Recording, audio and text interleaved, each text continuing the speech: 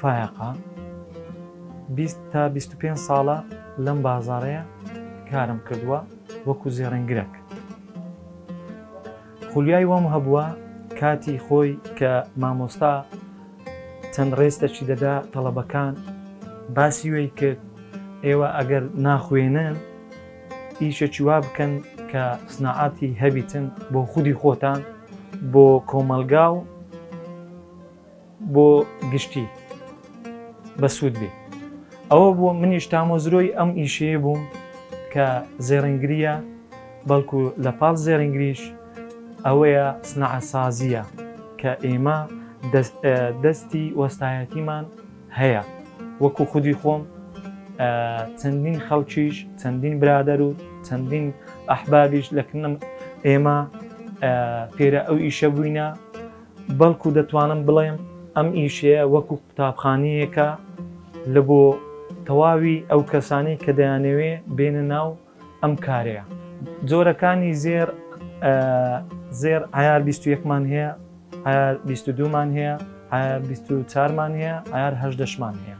ئێستاکە خەڵکی هەولێرێ زیاتر چ زێڕێکی دەیانەوێ ئەم زێڕەیان دەوێتن کە عیار 21 لە هەولێر، لە سلێمانی و لە دەوهۆچیش لە کەرکووکیش لە کەرکووک و لە سلێمانی زیاتر ڕەواز لەسەر عیار 18 لە سلێمانی عەفوەن لە هەولێر و لە دەوهۆچیش زیاتر 21.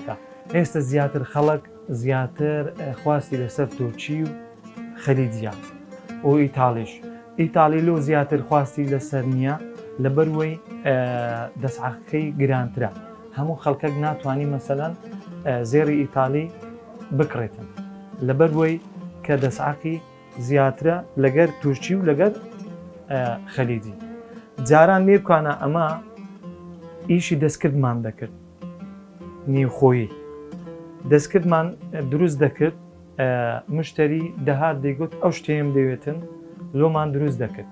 هێستا خەڵک شتی ئازری دەوێتن، شتی دەستکردی ناوێت، دەیوێت شتەکە لە پێشی بیتن کە ئەو شتەیە ئەوی دەیوێتن ئەو چ قایشە چ عاشقبەندە چ بازنە جۆرەکانی زۆرە.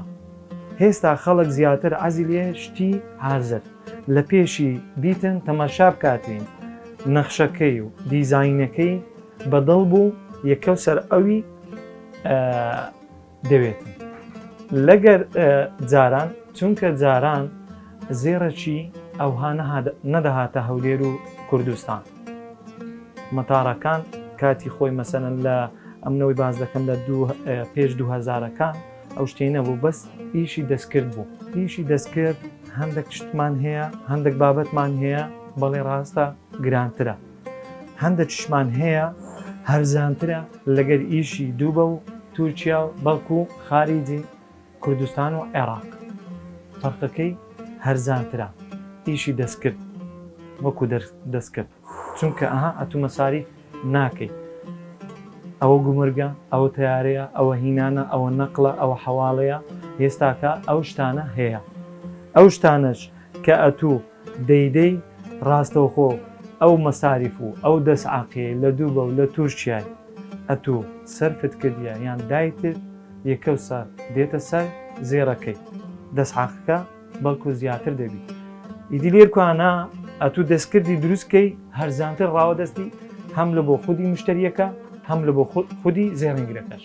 ئەو خەڵکانی کە مەسەلەن دێن زێڕی دەفرۆشن لێرەدا ئەمە چی دەکەین؟ زۆر جار خەڵک هەیە بەهەڵە لەمە تێگەیشتێ وەکو زێڕینگرەکان چۆن دەرێن ئەمە ئەو زێڕەی دەفرۆشی نەتوو ئەتوو لە هەما کاتدا دێ زەردی دەکەیەوە دایەوە ناو جامخانەیە عەرزی دەکەی. نەخێر وان نییە. ئەو نقطەیە دەمەوێت ئیشارەت پێ بدەم.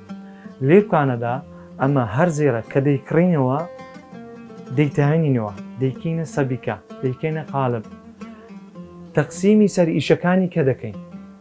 ئەو جا بزانە زنجیرە، ئەنگوستیلەیە، بازنە، قایشە، هەر جۆرە زێڕێک بی.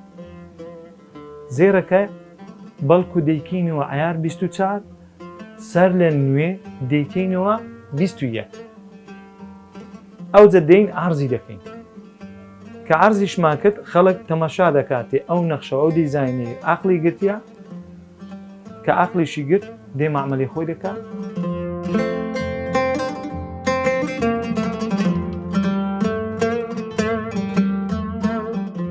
ئێرکوانە وەرشەیە. ئەم وەرشەیە جاران چەند پارچێک لە ئەزیزە و لە جیاز هەبوو. هێستا کە بەراورد لەگە جاران ئەتوو بڵێ جیازێک ئەم دەرێن دوو بەڵکو دەیان جیاز و دەیان ئەزیزەی تێدایە. جاران ئێمە تەنها بەس بەم سەرغازەی ئیشمان ئەکرد کە هەموو ئیشەکانمان لەسەر ئەم کاری دەستێ بوو. ئێستا کە بەم جیازانە ئیش دەکەین بۆ نمونە ئەم جیازە پێ دەڵێن جیازی پنتا، دوایوی ئەمەش پێ دەڵێن جیازی ئاوزێر، ئەمەش پێ دەڵێن پۆلیش. ئەم جیازەش ئەمە لەونی زێر بۆمان نوێ دەکاتەوە.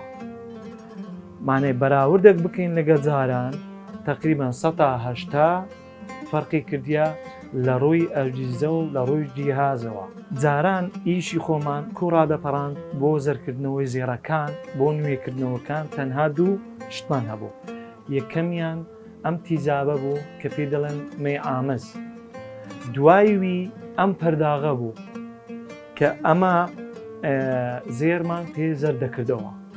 هێستا کە دنیا تەتەوڕی کردیا، تەکنۆلۆژیا بەرە و پێش چووە، ئێستاکە ئەم ئاوزێرانە هەیە کە لە چەند چرکەیەک لە چەند دەقیقەیەک ئەم زێڕەمان لۆ دەکاتەوە بیلادی.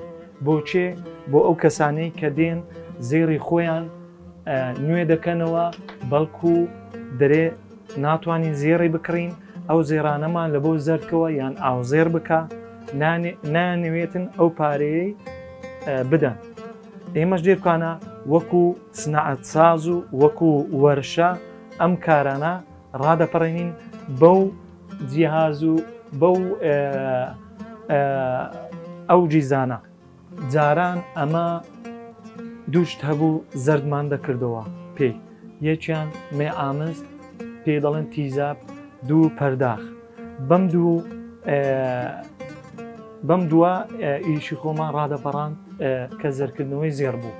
ئێستاکە چەندین جۆر هەیە لە دەرمان و لە ئاوزێرکردنەوە و لە زێر نوێکردنەوە و ئێستا ئەوە پێ دەڵێن ئاوزێر، ئەمە پێ دەڵێن لەونی زێر.